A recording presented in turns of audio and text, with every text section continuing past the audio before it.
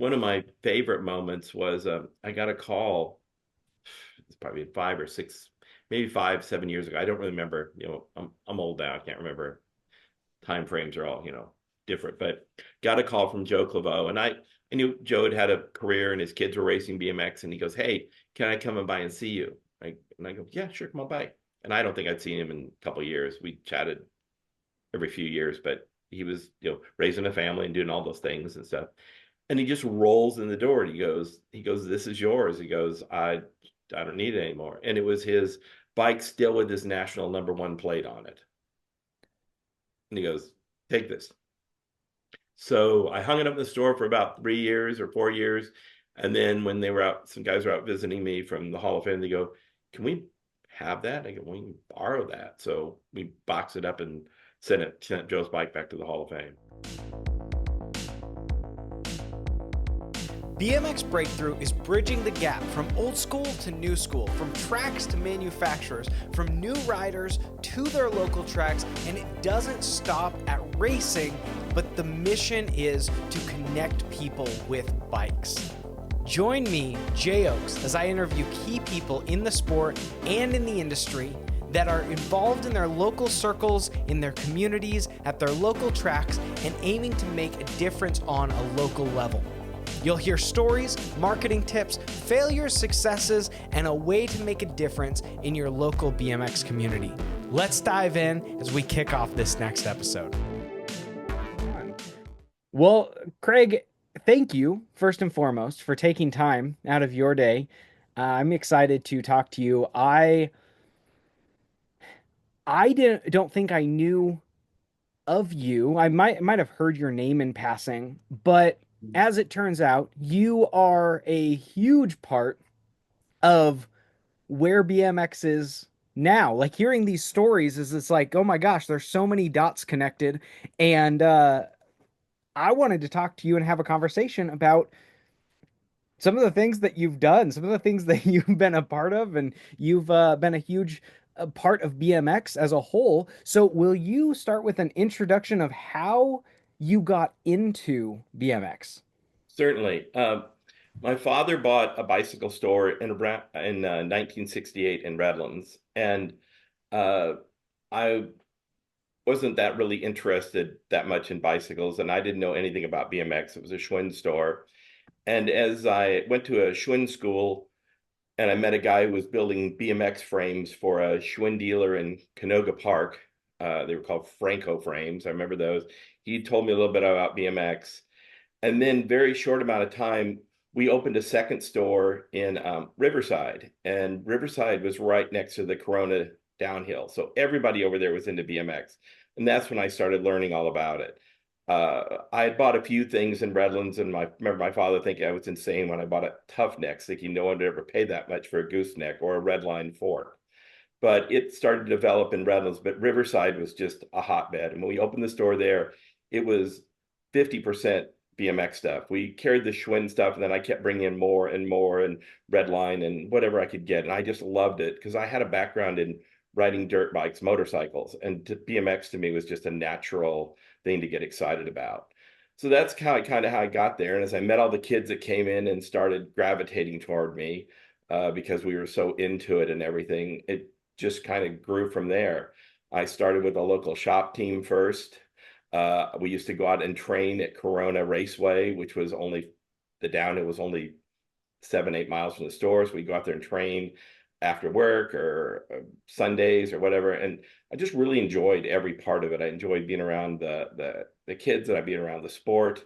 And that's just kind of where the roots got going. And then one thing just kind of led to another. That's really cool. It's neat to hear how organically it all began because obviously it wasn't a dynamic where you just jumped in 100% into BMX or you had been in it. You had to be introduced to the level of it. You knew bikes. So when you started doing that, did you see it as kind of this silly thing that wouldn't take off as well? Or obviously you bought the tough necks, so I saw it something that was really cool, and I thought had a great future. I really immediately loved it. And the more I I just couldn't wait to build cool bikes at the store like that. Again, my love of motorcycles before that. And I remember even before we moved to Riverside, building the first bike and putting on the floor with a Schwinn Stingray with a 20 big wide front rim on it instead of the 3/4 that came with it, and changing it to the bars and putting knobby tires on it and watching it get sold. Uh, Things like that just excited me building those bikes. So once we got the store and we started buying a lot of BMX parts, I got to know a lot of BMX distributors.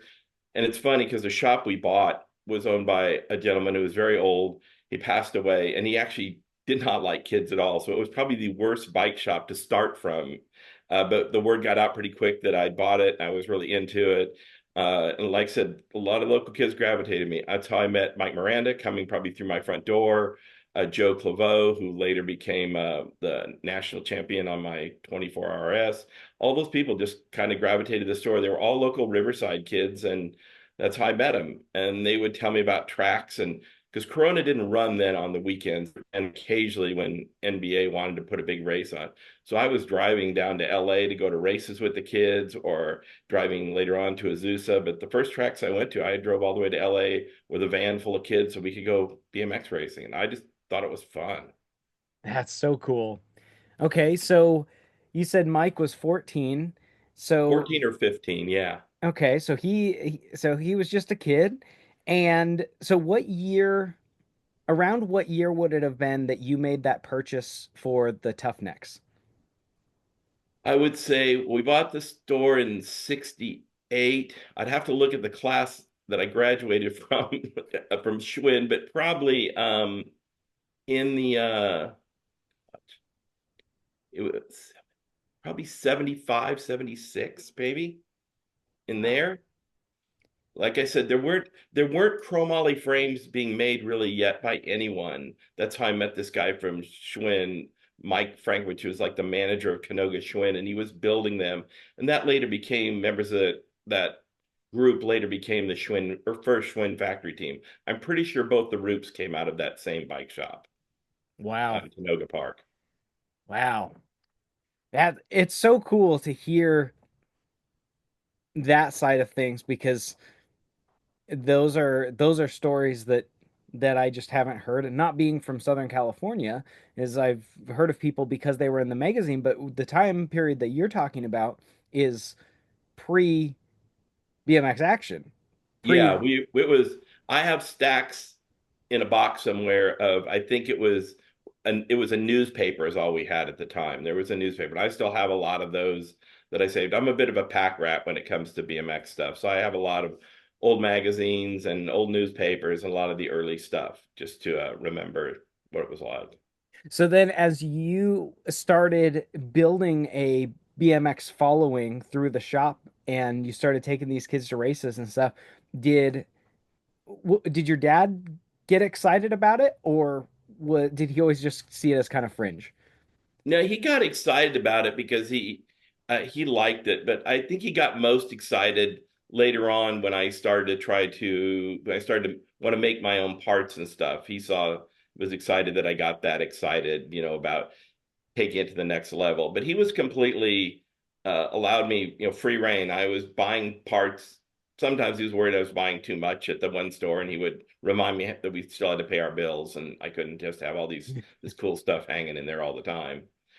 But he was very positive about letting me, I had the store van and I drove it the kids places, and early on we even started going to bike races in other states later on, and he was completely into it. He followed them and was very excited. My father was a naturally competitive person as an athlete, was younger, and just loved to see them. He'd come to a few of the races locally and watch them compete, and he enjoyed it. I love that. That's really neat. Yeah, it's fun hearing about. I had a dad who was super supportive and still is to this point, and so I tell people that there are three generations of our family out on the track now, which is Yeah. super fun. And but my growing up, my dad was really supportive of the sport, and hearing different stories of people who had situations like that, you being in the shop, having a dad who was supportive, having a conversation with Justin Shepard, whose dad was really supportive and was a track operator and owned a bike shop as well. And so there's all these people, and it's amazing to see that support, and then the trickle down of people who have been supportive. You had your dad as a support, therefore you were able to be supportive to people like Mike, that have made such a big splash in the sport as Yeah. well. So, And I had a one of my close friends work for me. His name was Rick Lance, and he's not heard of enough. But Rick was with me as an employee in the store and was really probably was a legitimate partner, not financially, but a brain partner in the when we started RS. He was the person that together we came up with the ideas. He was more about working on bikes and things like that, but he and I were kind of bouncing ideas off each other, and it was that was kind of the next phase for us. So we had the shop team and it was doing well, and we were looking at all the cool stuff out there, and we started thinking, what's wrong with the bikes? I mean, how do you make these things better? So our first thing was it was kind of a different way of going about it. We said the brakes on these things at this point were just terrible. People were, especially at Corona, you couldn't slow down. They weren't very good yet. So we said, well, let's see if we could put we could put cantilever brakes on. That's what all the touring bikes do, you know. But then how do you adjust the rear? How do you adjust the chain when I want to change gears? That's not going to work.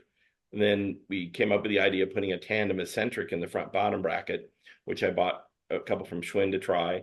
And that was our first prototype bike, which became the RRS. And I went to Gary Turner because I didn't have any facilities to build anything. And I said, hey, Gary, would you build me a bike? Your large frame geometry, but I want a small head tube in it, a big bottom bracket, no brake bridge, and no dropouts. And he just, what are you up to? I said, I'm just building something. I'll give you credit. And when we debuted that prototype bike, we made sure it had Gary Turner stickers on it down too, because Gary was built that very first and for us, was very kind to do that for us.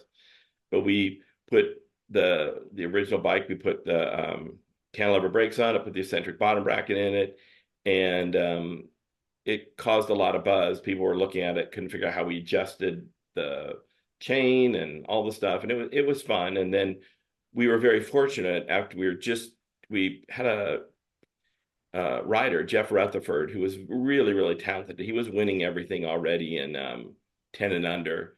And Jeff took the bike for its debut to the ABA Grands they were in Vegas that year. And not only did Jeff sweep all three classes and win the trophy dash for his age group, because there were no rules back in the day, most of my guys were novices. But then there were no rules about how you got points on a team trophy. We actually won the team trophy as well. So it got a lot of exposure to me and to the bike. Immediately, Jeff sweeps on the brand new bike and everybody's there. And it kind of took off from there. From there, we made a lot of changes to the bike as far as the geometry and things like that. But that was basically how we got started with building the first bike. wow. So that eccentric bottom bracket, I'm familiar with the concept, but I don't think I've ever had to adjust one. So I understand the concept of it, though. Did you have any difficulties with getting it to stay put and getting the chain to stay tight? No, you slot the bottom bracket. There's different ways to do it. In those days, people slotted the bottom bracket, put two pinch bolts on it, so you'd loosen them, turn the chain exactly where you want. It's actually easier to adjust the chain than it was wrestling a wheel back and forth. You just turned it gently until you got it just where you wanted it, and then cinched the two bolts down. Now, some people make an even cleaner version where they don't have any clamps on the bottom. They just have a wedge on the piece on the other side of the eccentric, and you just tighten a couple Allen bolts and firm it up so there's nothing underneath. But it never came loose. That was never an issue. And you kind of had the option, you could rotate it up or down, which could give you a little variable on how low you wanted your cranks to be. Somebody wanted a little higher so they didn't hit them in the corners. Others wanted them a little lower. So you could rotate it either way, but that was just a lucky side effect. Wow. Okay. So RRS was was it the desire to put better brakes on that spurred on the launch of RRS as a whole? It was a couple different things. It was to put better brakes on. It was to do a couple of things. Nobody was running um, nice, high quality 10-speed road bike headsets on big bikes. For some reason, they thought it was a problem. So we also put a 10-speed size head tube on the bike because we thought that was it. Then you could put aluminum headsets in, everything that was much better than any of the quality of just a steel headset most people were running. So we were all about two things mostly. It was increasing performance and lightening weight, those two things. And obviously, performance is handling, it's everything. And that's what we focused on.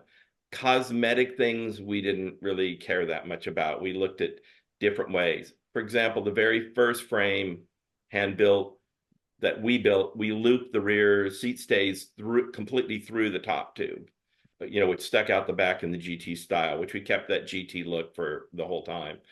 And then the guy who built it for us said, you got a couple of extra ounces in there. We could just chop them off and weld them. I go, yeah, do it. Let's do it that way. And our dropouts, we designed them. That was very important. We wanted to be able to use thin chromoly dropouts because that was one of the heaviest things on frames. So we found ways to cut them at an angle and uh, bend the tab at an angle. I mean, and cut the in tube at an angle and then cap the end caps and get enough support that we could run a very thin chromoly when almost everybody else was just running a big thick piece of steel. Of course, I didn't have to adjust and was very short, so that gave us an advantage. So I don't know the weight anymore, but the bike was pretty light.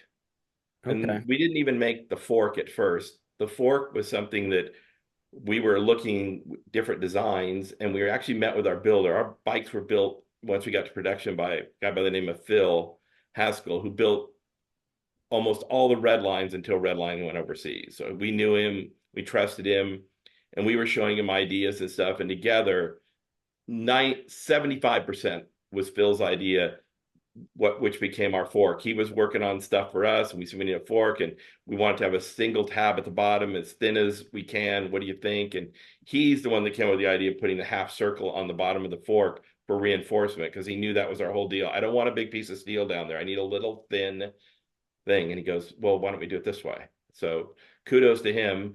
No bend, we just anchored it out and we put it directly underneath, again, saving all the big piece of steel out in front. It wasn't about looks, it was just about performance. Wow. That's so cool. So I would have thought that your fork would have had to be, well, I have a couple questions on this. I would have thought that your fork would have had to have been one of the first things that you were creating when you went along, when you started building the frame, because I wouldn't assume that a standard BMX fork would fit because you put on a larger road bike head tube. Well, the head tube is smaller diameter, but the fork still fits. It's the same fork still. So a Oh, BMX fork, it's what happens is the head tube is just smaller around in diameter, and the inside diameter is smaller. So these headsets are smaller, and they're made out of aluminum. The Stingray head tube that everyone was carrying over from BMX was just a larger round because you had these big, massive steel cups, and you needed it. The other was just smaller. So any BMX fork worked with it. It was just a matter of changing the diameter so you could press in the aluminum cups. okay, but it wasn't a taller head tube then. No, it was the same Okay, height. We gotcha. actually we had a product. One of our first products was we just made shims for people to press into your headset, which were very thin steel, and then you could press in like an aluminum Durace headset or something really cool for your BMX bike. And that we sold a lot of those in the early days. Oh, But wow. truth be known, even before we started on the frame, it's kind of backwards here. We were actually working on a stem, and it never came to fruition. We tried it, and the concept didn't work. But Jeff had it on his bike the race that he won, and there was a lot of talk about it, but we couldn't get it to hold the way we wanted to. Our concept was the block was at a 45-degree angle directly over the bolt, and we wanted to eliminate the bolt completely, throw it away, too heavy again.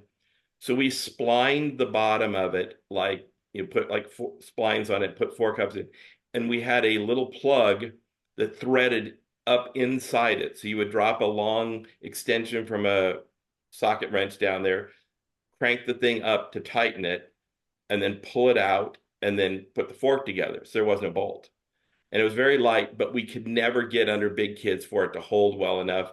The splines would either twist or something. I think we could have made it later on out of aluminum, but at the time we kind of had so much immediate success on the frame, we kind of shelved that and just went on. But that was our first invention, was to try to lighten the weight of something like a tough neck that worked really well, but was also very heavy. So again, that got us going. One thing led to another, but we never really stopped thinking. We both enjoyed, Rick Lance and I both enjoyed coming up with different ideas that would just be fun, better, and that was again the test. Is it better? Is it lighter?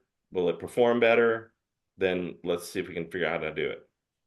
I like that because and there are a lot of products out there that are, created and I think sometimes one of those two questions are asked, or obviously better has a number of different definitions depending on the product, not just BMX specific, but there are a lot of products that come out that aren't better in any way, shape, or form. They're just different.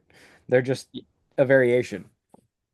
We felt the same way. We don't want to do something to be different. We want to do something. It has to have a purpose. It has to be better. And we were always thinking about that. Yeah.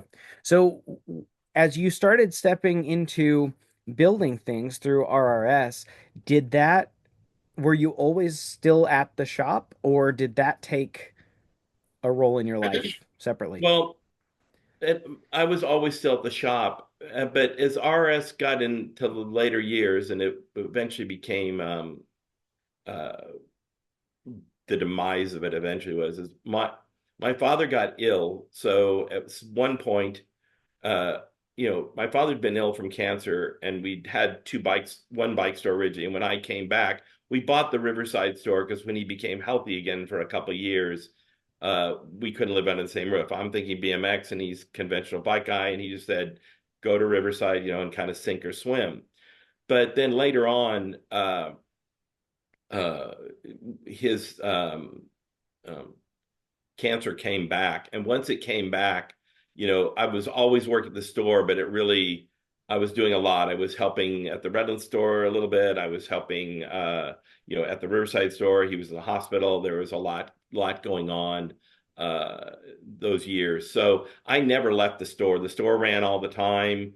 Rick and I ran the Riverside store. I had my dad got ill. I had other people were running our Redlands store, and I was trying to stay as very much involved in it. But there was also a bit of a question. I can only donate so much time to each thing, and also there's almost so much time to donate for cash for each thing. So we did the best we could. We had a lot of fun. We still kept trying to build it and build it, but I was a much better design engineer person than I was a businessman. There's no doubt about that. To Gotcha. me, that part was something I had to learn later in life. So Gotcha. Yeah, and that's definitely a struggle. I think there are very few people in, obviously in the business world, you have people that go into business and they decide, okay, this isn't for me. I like the production side of whatever business it is. But in BMX, there are very few people that are BMX people or bike people and business people. And some of those have risen to success in yep. within the sport, but they're more few and far between. Yeah, you're right. I mean, I think there are some. I mean, I think Lynn Caston was very good, and I knew both Gary and Richard Long Gary Turner, Richard Long very well, and they were the perfect combination because Gary had want nothing to do with the front end, and Richard knew how to run a business. He was a really sharp businessman. Probably I learned a lot from Richard from hanging out with him. I like that. That's cool. Being able, there are multiple interviews that I've done where people have talked about Rich Long and just the investment that he made on the sport as a whole, and the the dedication that he had, the foresight that he had, the vision that he had, all that stuff, which is really cool to hear those stories as well. My when I first opened my bike shop, I would run to go to Richard lived in Riverside. His bike store was in Anaheim. I would run and pick up. early Gary Turner frames unboxed straight from the painter or chromer, sitting in his garage and take them back to sell them at the store. So yeah, he was started. They are a true grassroots story. They were out of Richard's garage to one of the biggest and best. Yeah, absolutely. So, I'm curious, did you ever race yourself? Not well, yes and no. What I was doing, I wouldn't call racing, but I did go out on the track a few times. Okay. Later on, when the cruiser came, I was much more comfortable on it, so I went out a few times. Sometimes at local just for fun. I was not fast. Even though I rode motorcycles, I wasn't near as comfortable on this. My partner, Rick Lance, thought he was going to get into it because he was also a motorcycle racer until he broke his collarbone at a local race, and that deterred his idea of getting into it anymore. I had two very weird wins. I won in the day an ESPN. I think we were probably 30 plus cruiser. I don't remember the categories anymore. Based on my age, I was probably over that in that line or whatever it was, or 25 plus cruiser, whatever it was. I remember I think I won an ESPN one, but later on when I went to uh, the first World Championships in Holland, when I went over to that, I knew I was going to be bored. I was going to be there 6 days, so I took my cruiser along with me. I looked. There was only like 12 people, so two motos in my class. So I figured I'd register for it.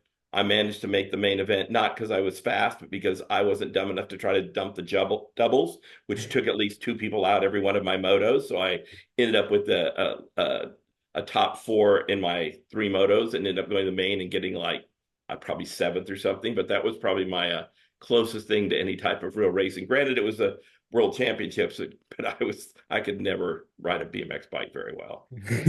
Well, that's pretty cool though.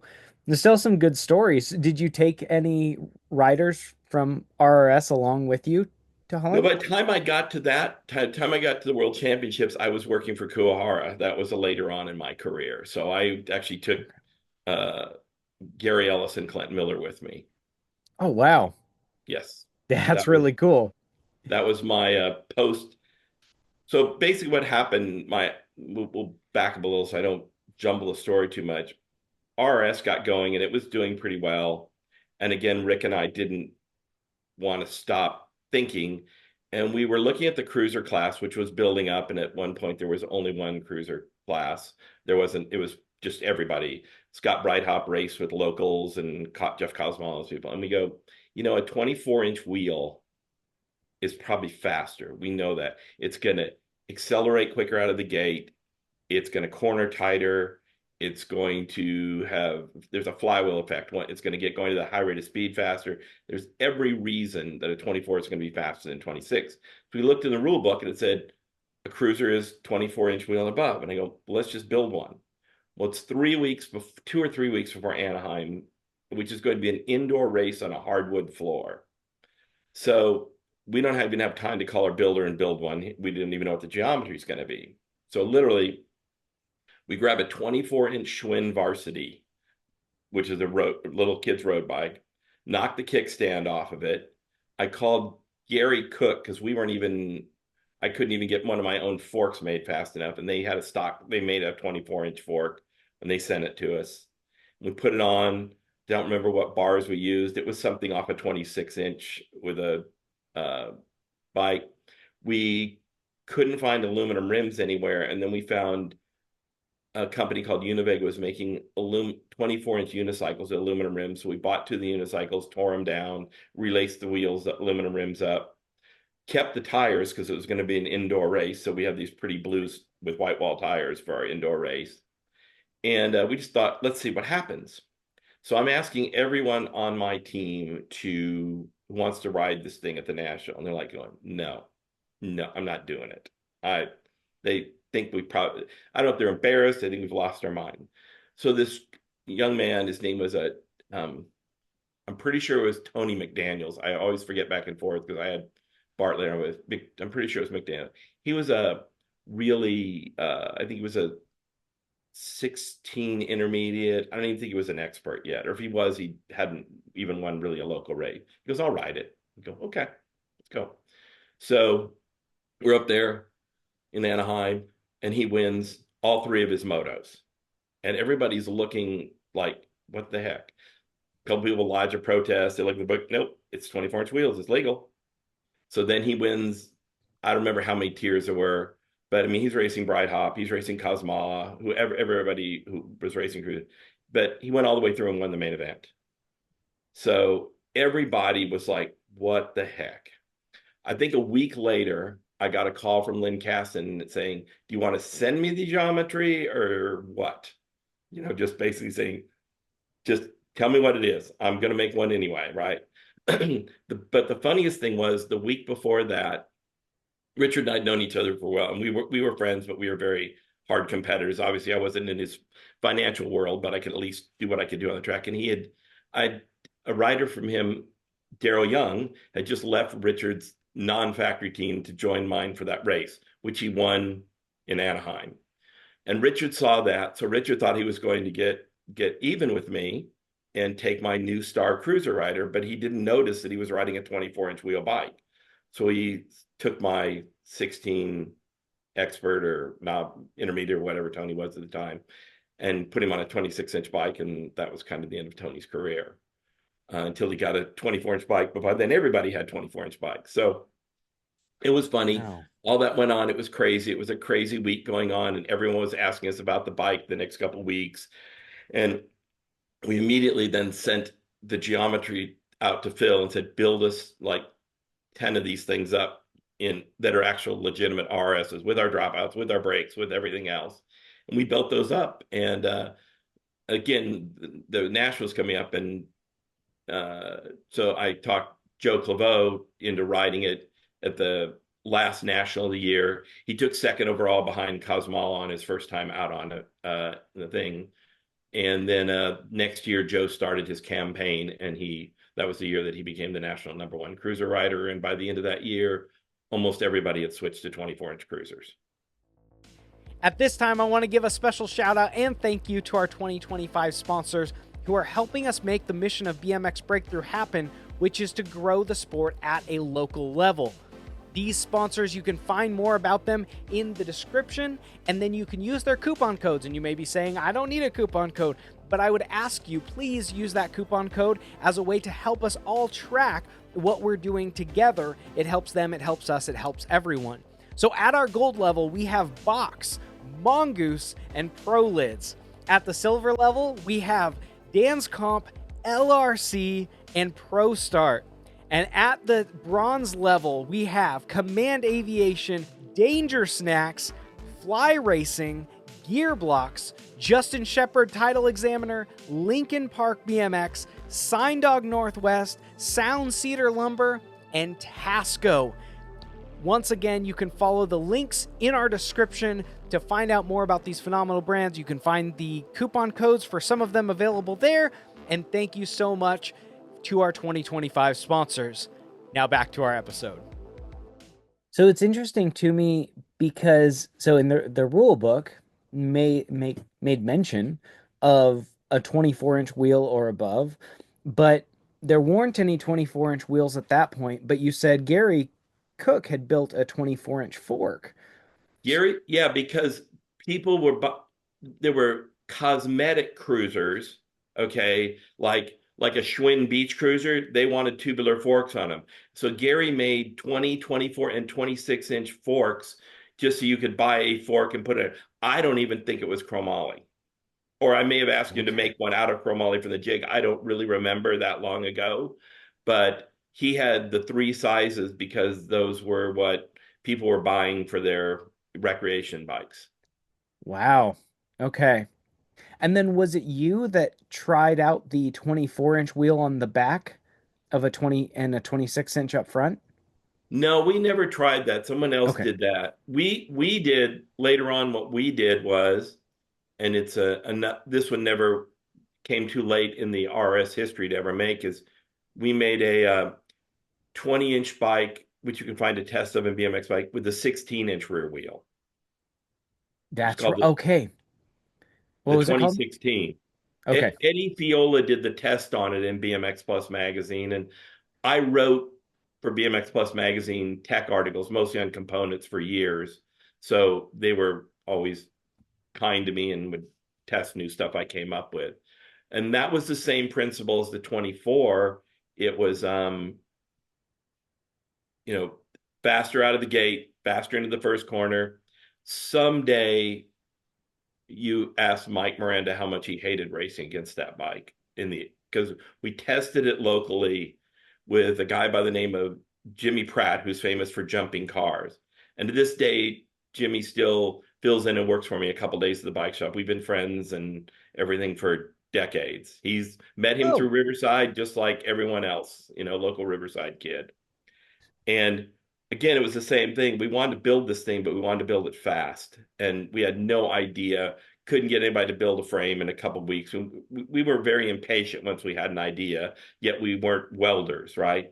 So we took the very first one and I literally took a regular frame and I bent a set of Schwinn training wheels, this massive steel training, out flat because I knew I could lock it onto the back of the bike, drilled holes in it, put the 16-inch thing, put a clamp on brake bridge farther down so it had a brake, found some knobby tire off some little kid's bike that we slapped on the back, and we took it out to Corona Norco. And I won't remember the story well enough, but Jimmy, I'm pretty sure, won on it the first night. He won on it several nights. It was a perfect track for it. It's a very downhill, short front straightaway. And if you got into the first corner first, it was hard to get around you. And he knew how to do that. I don't know. He and Mike raced a few times. I won't cement the story any other way, but I seem to remember Jimmy beat him several times on the bike. And while everyone was making fun of how it looked, it just kept winning.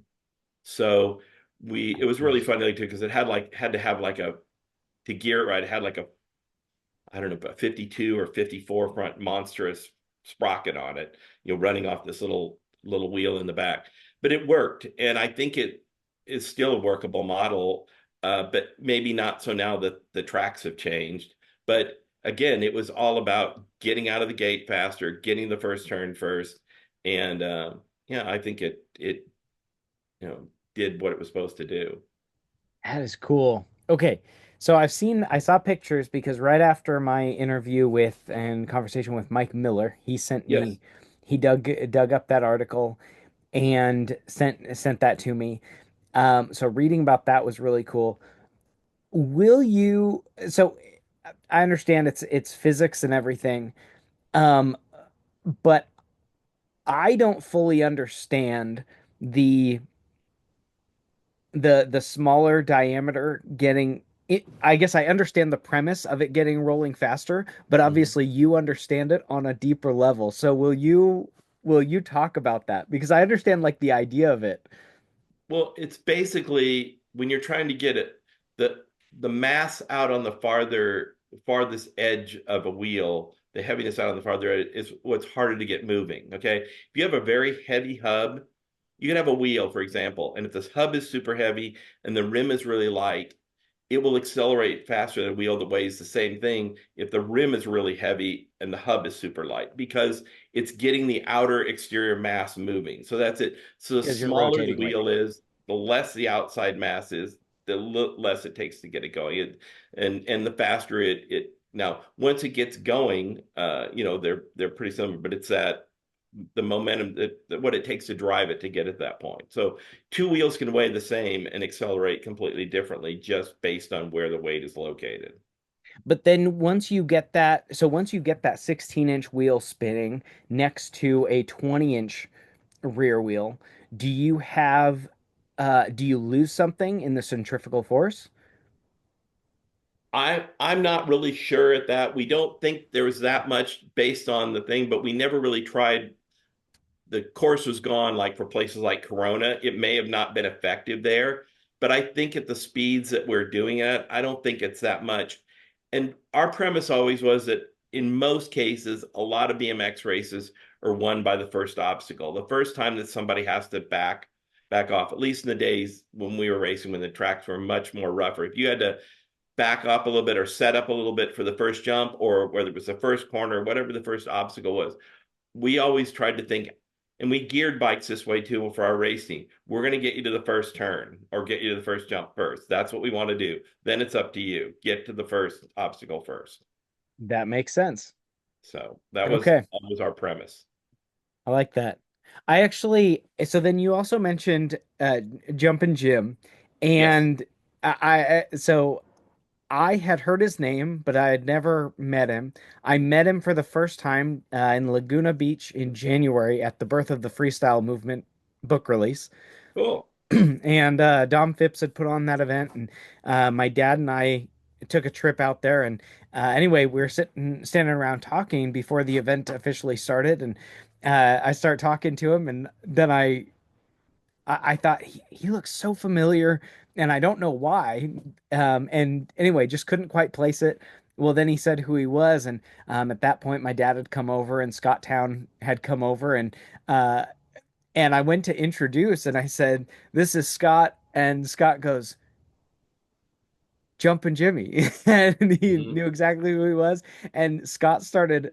I mean, Scott's got a memory that's unbelievable. He's documented so many things, and so he starts going through and rattling off all these stories, and so anyway, it was really fun listening to their back and forth because obviously there are a lot of these people that I know of from seeing pictures of and hearing stories of, but I wasn't around when some of these magazines first came out with these iconic photos of these people.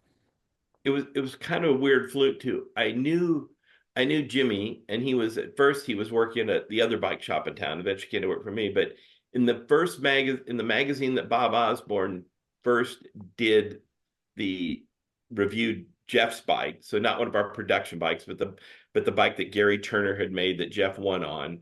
He did a thing, and that changed things for us because we were called RRS because it was our original jersey said Redlands and Riverside Schwinn. That was my two bike stores.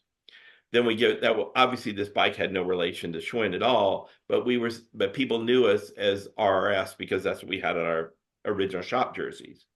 So then Osborne coined it really radical stuff, and then we just ran with that. We go, okay, now we don't, but now we have a new name for it. That is now the new name. And he also gave it the nickname that we used to called Advanced Trickery.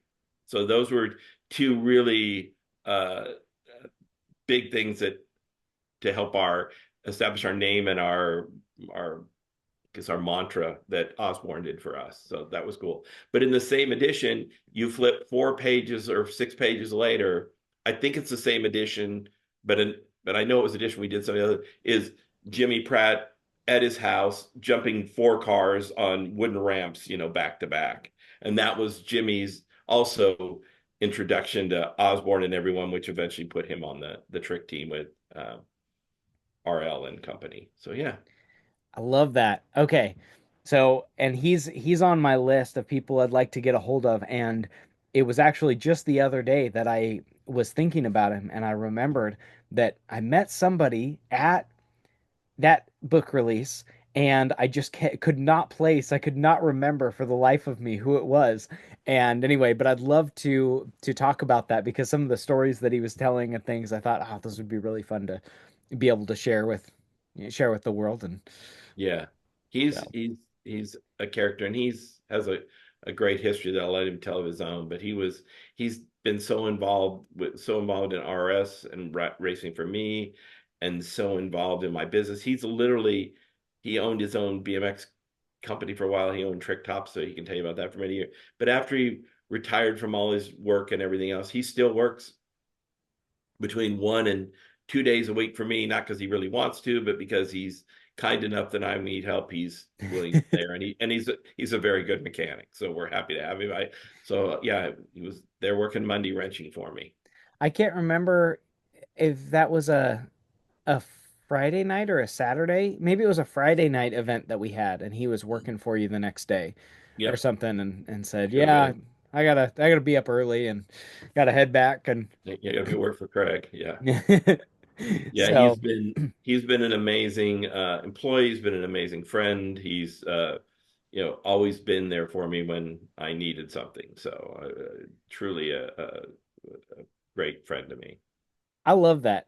That's really cool to hear, and that goes back to all the conversations within with the majority of people is that the relationships that are built out of the sport of BMX end up a lot of times people end up hanging on to a lot of those Oh relationships yeah. for a really long Well, time. one of my favorite moments was I got a call.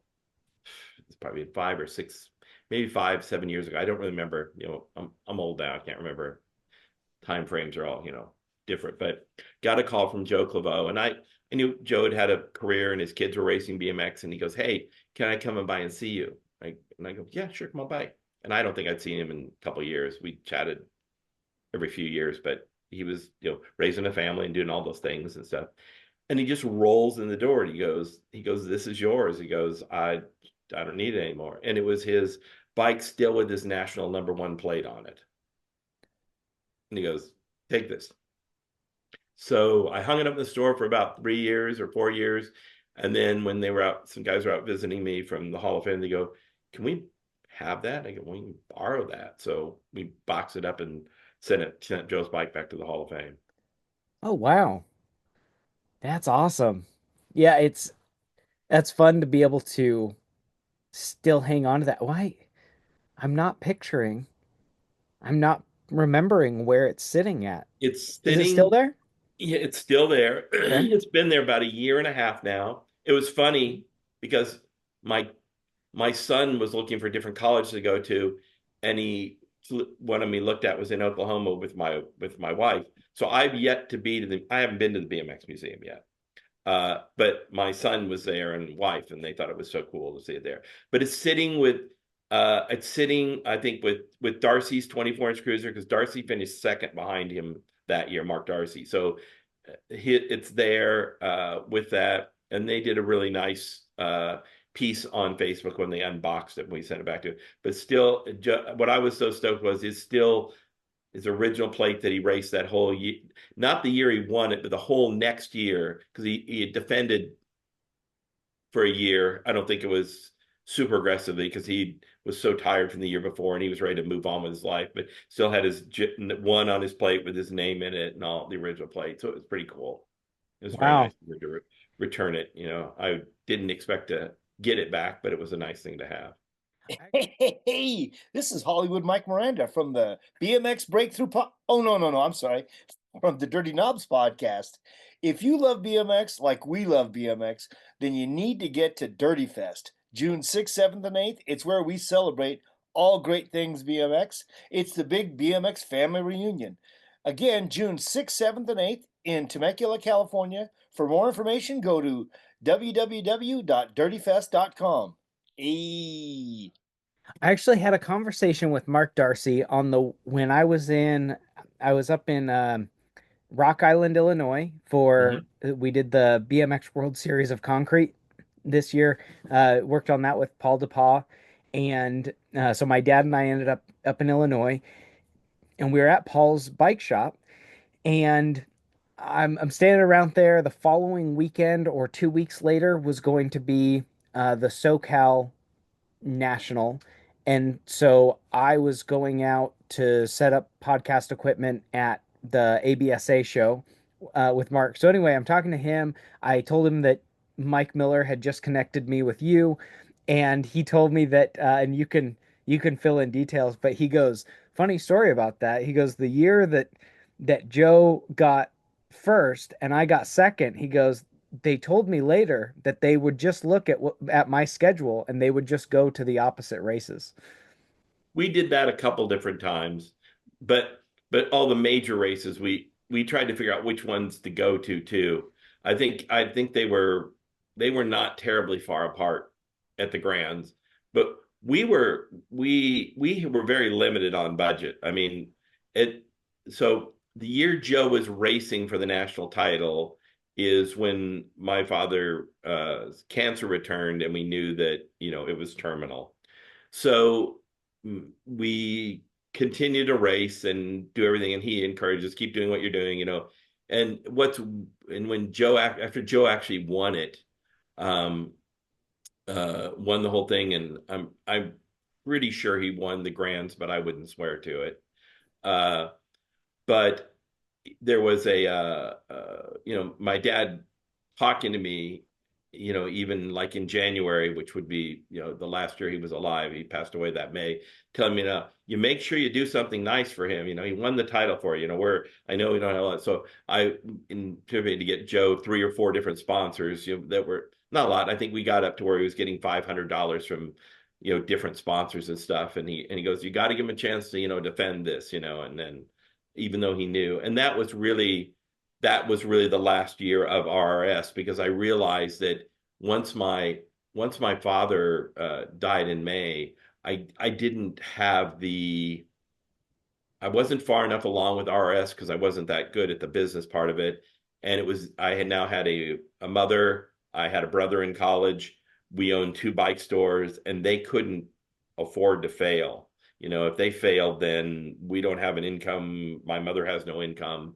So I had to make the choice that I just did, and I didn't have the funding. If I'd been smarter or more businesslike, I probably could have got a loan. I probably could have gone with it and done more with it. But like I said, I was never a great businessman. I wasn't even that at the shop. I just loved cycling and the sport so much. Our enthusiasm spilled over to people, and we managed to, keep going like so many bike shops still do today. It's driven by the passion more than your sense of how to run a business. But that was so I knew that was going to be the end of it, there. It's interesting too, but I didn't want to leave BMX. So, because I felt I'd lose contact with everything that was going on. I was still getting calls by people from other companies. So I went and interviewed for a job with Schwinn as their team manager. I found out years later, they didn't hire me. They found out 6 months, about a year later, 2 years later, that they didn't do it because they were pretty sure the shops were probably going to fail, and they didn't want to be like another reason the shops fell apart because I wasn't focusing enough. They were more worried about their 2 Schwinn bike dealerships that did pretty decent volume with them going under. So they didn't want to hire me. But I interviewed later with Howie Cohen, who owned Kuwahara. He had Gary, but not really much of a team other than that. And I convinced him that I could build a really good team that would help Kuwahara, and I could get some people over here. And so when I had to say goodbye to RS, I got the job with Howie just so I could stay involved in the sport at that elite level for a couple more years. Wow. Well, you, by your own admission, you had just commented on not being great at the business side of things, but um, I will say thank you for what you did and have given to the sport, because the things that I'm finding out, and here we are a number of years later, and I'm learning about all the value that you have offered to the sport and the contribution that your your passion, um, just your desire to be a part of BMX has contributed to the bikes that I'm surrounded by right now, that my kids get to race, that I get to be out on the track, uh, and so that passion, although the business side wasn't necessarily your bread and butter, it was really the passion, but that's what got you into the BMX Hall of Fame. And so that's the next question that I had for you is, will you talk about what it was like to receive that call and to receive that award of being brought into the Hall of Fame for your contribution? The call was pretty amazing. I had a lot of friends, obviously, that were in there, and Bob Hadley was one of my very closest friends in the industry. We got to know each other through BMX Plus. We were there all the time, did a lot of stuff together. Just thought the world of Bob. Bob and I actually were roommates for a couple of years. Well, we would be sitting up in a house in Crestline writing. He'd be writing the test article on a bike while I'd be writing one on a product. Sitting in our living room. So I had a lot of friends there, and it's something I really wanted to do, and I would say to this day are one of the 3 biggest honors I've ever received in my life. And it was great when I got it. I was really, and I actually did not. I got it. They gave it to me. I did not go and give the speech at the ceremony. It was really challenging times at work. I didn't want to be gone over Thanksgiving for family reasons and stuff. It was really hard for me to leave during the end, so I did not go to it. But it still meant the world to me, and I've been a couple times since they've been kind enough to put it in San Diego for a while. Went down there a couple times, but it did mean a lot to me. It's like I said, it's one of the greatest things. And the other thing that really struck me that probably hit me just as hard as getting in the Hall of Fame was uh, the magazine Pull, was doing the 40 year, was it, I think it's 40 years of BMX, was like a year ago. They were doing all these things, and I didn't really know, what it was all about, but I was looking at it. So my local team, because I had a local shop team for 6 years, and then I even had a shop team after all this was over with. I kept a shop team going years later. I rebuilt a shop team God, I want to guess it was in the 90s, and they were racing, local kids and stuff racing for fun. So had a shop team, still trying to keep track of BMX, still doing that fun stuff. And so, and I had obviously the RS team. So when my team got listed as one of the top 40, of all time, I thought that was pretty cool. And then I don't remember when they put the 20 inches out, I don't remember where the 20-inch landed, but I think it was somewhere in the top 10 or 15, which also was really cool.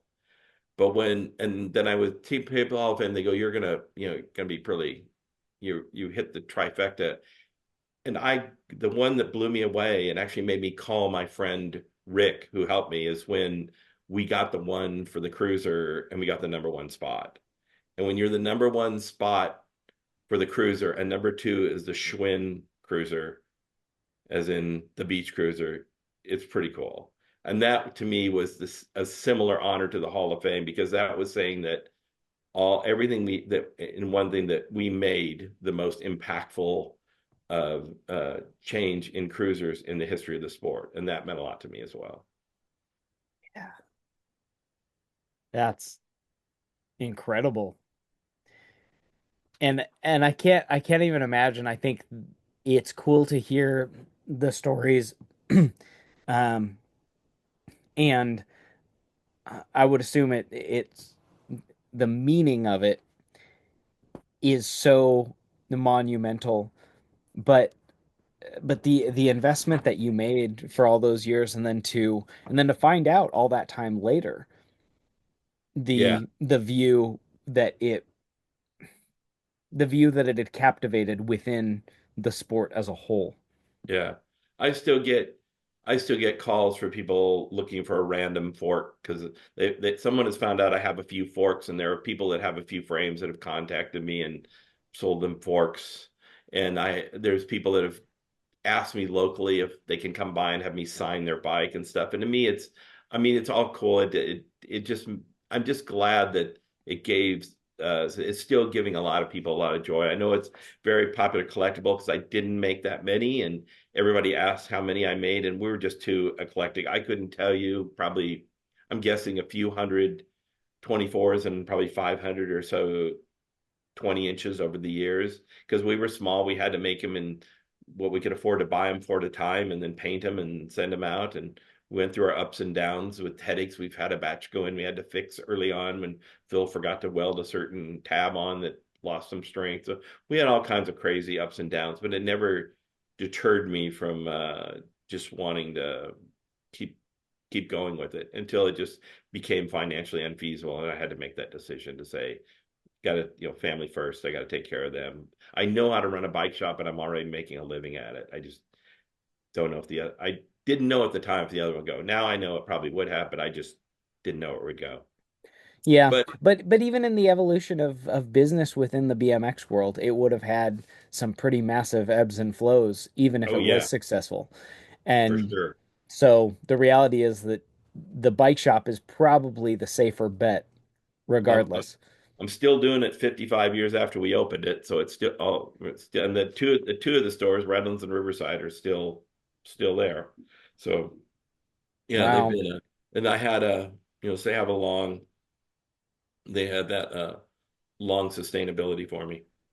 Yeah, which I really want to get out to your store. Let's see. We were in Redlands. We went to the Friends of Redlands skate park jam a couple years ago when we were down Okay. there. Yeah. But I haven't been. We were staying in what's the little town that's up on the little mountain that's there? Are you Uh, saying Ukaipa, where the big no, track is? no. So just so it's a little bit further east. It's about an hour from Redlands. Oh, were you Uh, in Crestline or Arrowhead or Big Bear? hmm, Were you up in the mountain?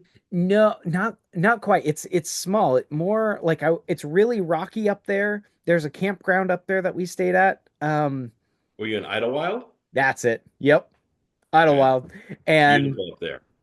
we that was in 22, and we had just that was the beginning of like our whole traveling around and living in our trailer, and we had Airbnb'd our house. We had bought a travel trailer. We ended up down there. My dad came down to meet us, and he goes, "Hey, there's a competition going on at the skate park." So we ran in there, but that was my minimal experience in Redlands, but I would love to go and spend a little bit more time and get to go Well, and visit your shop. So, yeah. The reason that I missed uh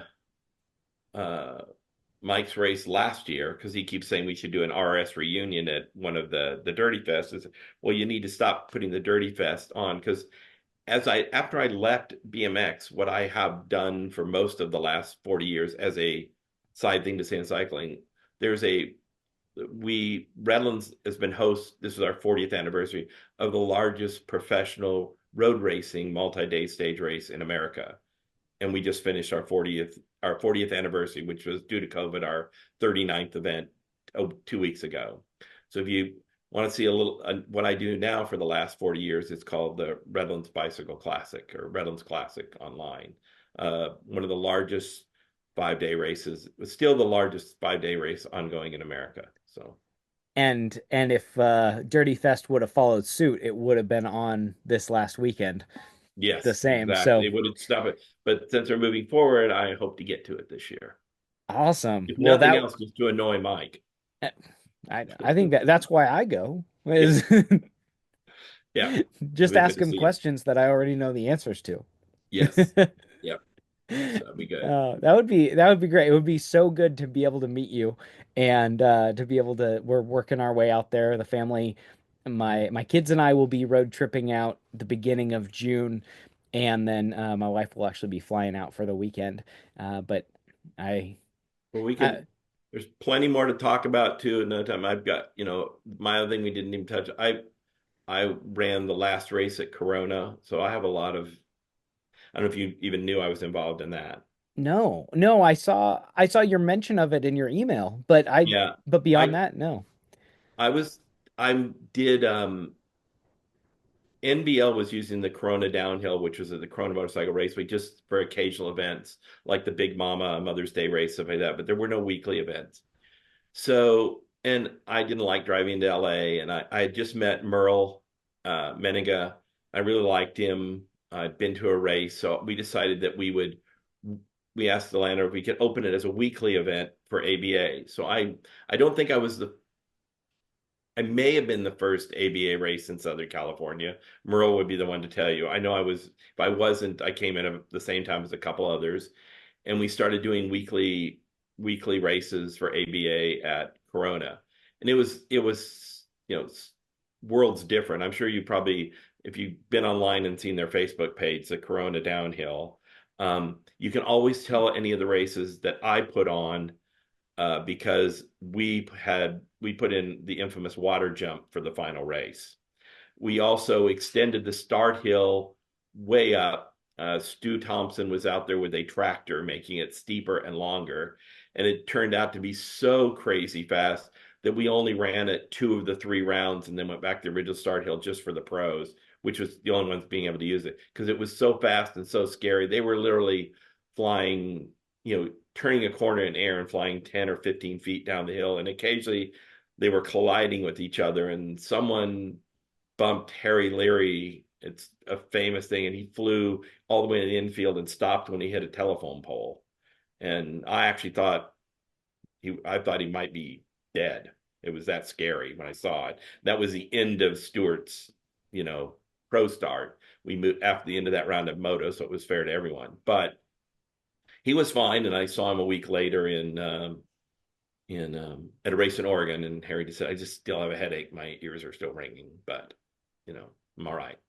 But Wow. it was all in. We even without the start hill, the speeds were incredible. People were putting 48s and 52 chain rings on the front of their bikes, and we were screaming down the downhill at amazing speeds, and then through the turns, and then we added a water jump, which I think was for everybody. I want to say the water jump, I think, was 14 and up. Pros and all 14 and up got to do the water jump. And so we had a little side, and that was the last race at Corona. We knew they were going to plow the whole thing under and put houses there. So we just wanted to put on one big last one. And I'd only been running races there about a year at the time. I'd run one other big race. I ran a Saturday race before Richard Long ran a Sunday National, I think earlier at Azusa. But the Corona was fun. It's still to me the essence of the best of BMX. It was fun. The speeds were amazing. You could do things that you can't do today. So I understand why the changes are made, but I'm still more of a fan of the old school racing. That's why I do want to get out to Mike's event because I'm in the same thing. I kind I of feel it's not the same. so I grew up racing end of the late 90s and the early 2000s. And then I took 20 years away, came back, introduced my kids as they fell in love with it. I fell back in love with it.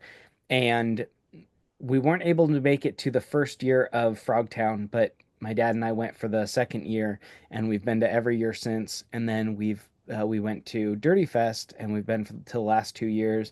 And we just were down in Texas for the old school race down there. And anyway, and I constantly will say it is that it is the my favorite racing of the entire year. And the new tracks, yeah, they're fast, they're pretty cool, they're technical, but um, all in all, my favorite racing of the year is going to the old school tracks, and partly for the community, and partly for the just having a good time mentality. Mhm. But the tracks definitely play into it too, and it makes for a really fun time. Yeah, if you there's an entire Facebook page donated. I'm donated. Losing my mind here. There's an entire Facebook page that's just all about the Corona downhill. They have their own Facebook page, and there's some Okay. amazing photos, and people keep putting up new stuff, and from all the different years. It's easy to tell if it were my races if they have ABA plates, and the older races all have the NBA plates from the days. I remember, and that's where Kevin McNeil's whole thing came from of being the Corona kid, another crazy BMX legend, was because he was almost unbeatable at that track. It was near his house. He raced it all the time growing up, and he was pretty much unstoppable there. So Wow. that's Is what I it called Corona? I was trying to look it up while I was on probably Corona downhill. Corona Downhill. Okay. Yeah, I'm It's not on finding Facebook. it. I I'll have to I'll have to figure that out. I'll keep doing Yeah, it's some a digging. Facebook thing, and you can just apply to get in. So, and yeah, it was there's some fun photos there. You see literally guys in turns. There's probably some pictures of Jimmy Pratt racing there. Definitely at our final race, everybody was there. The whole entire major pro field stew, and Harry and Miller and the entire racers at the time were there. Okay. There's some pictures probably on there. They shot some jumping on there from on any Sunday too, not the original but the later one, where they also had the racing up in Saddleback, but they did jumping there. I remember Scott Bridehop being out there, and Osborne was out there shooting pictures of them shooting videos for on any Sunday too out there too. So a lot of history. The Corona track was, and it was. Uh, there's people have found our t-shirts and reposted and stuff. We called it Southern California's gnarliest, and I was really excited because I love history of sport. I got for the last race, got a piece of artwork made. It's a T-shirt, but no one else has ever done it. I had two riders drawn on the front of it, and one of them and they were drawn by each other. Bob Harrow drew one rider, and Damien, who drew Radical Rick, drew the other one. So, to my knowledge, it's the only T-shirt that they collaborated on. So I took it to Wow. one to draw one, took it to the other one to draw the other. And so we have the Corona Kid racing. I think Radical Rick is what's on the cover of the front of the T-shirt, and then the back is obviously all the sponsors. So that was really a cool moment too for the last race to commemorate. It was getting those two artists to collaborate together. Absolutely. I admired them both, and I'd worked with him, and I knew Bob, and I just admired them both. And that was kind of the perfect farewell shirt. That's cool. Man, this has been fun. This has been really cool hearing your stories and hearing the history from your point of view as well. Well, thank you. I appreciate you offering to do this, inviting me to do this. I said I was a great part of my life. I look back on it with just a lot of wonderful memories, great friendships, everything you talked about. I mean, I'm only a bike shop, but Stu Thompson still races mountain bikes, and I'm his sponsor. So there you go. Never goes away.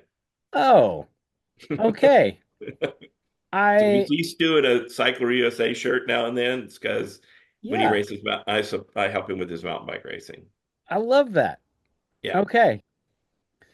Man, man, so many stories and connections, and it's really neat to see how things just continue going. yeah.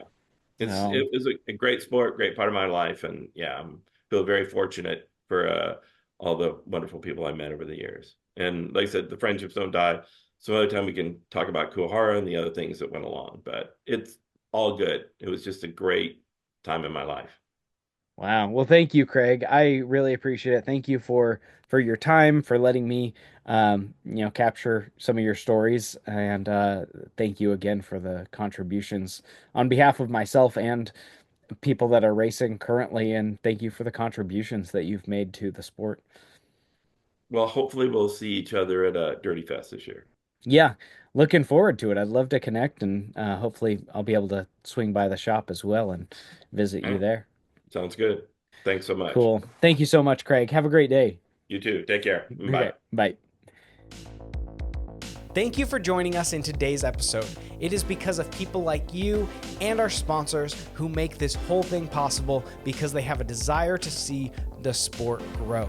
If you would like to get involved in the mission of BMX Breakthrough, you can start by going to your local track, find a way to volunteer, help out, and serve there. Or you can go to our website, bmxbreakthrough.com, in order to donate, find out about sponsorship, or learn more.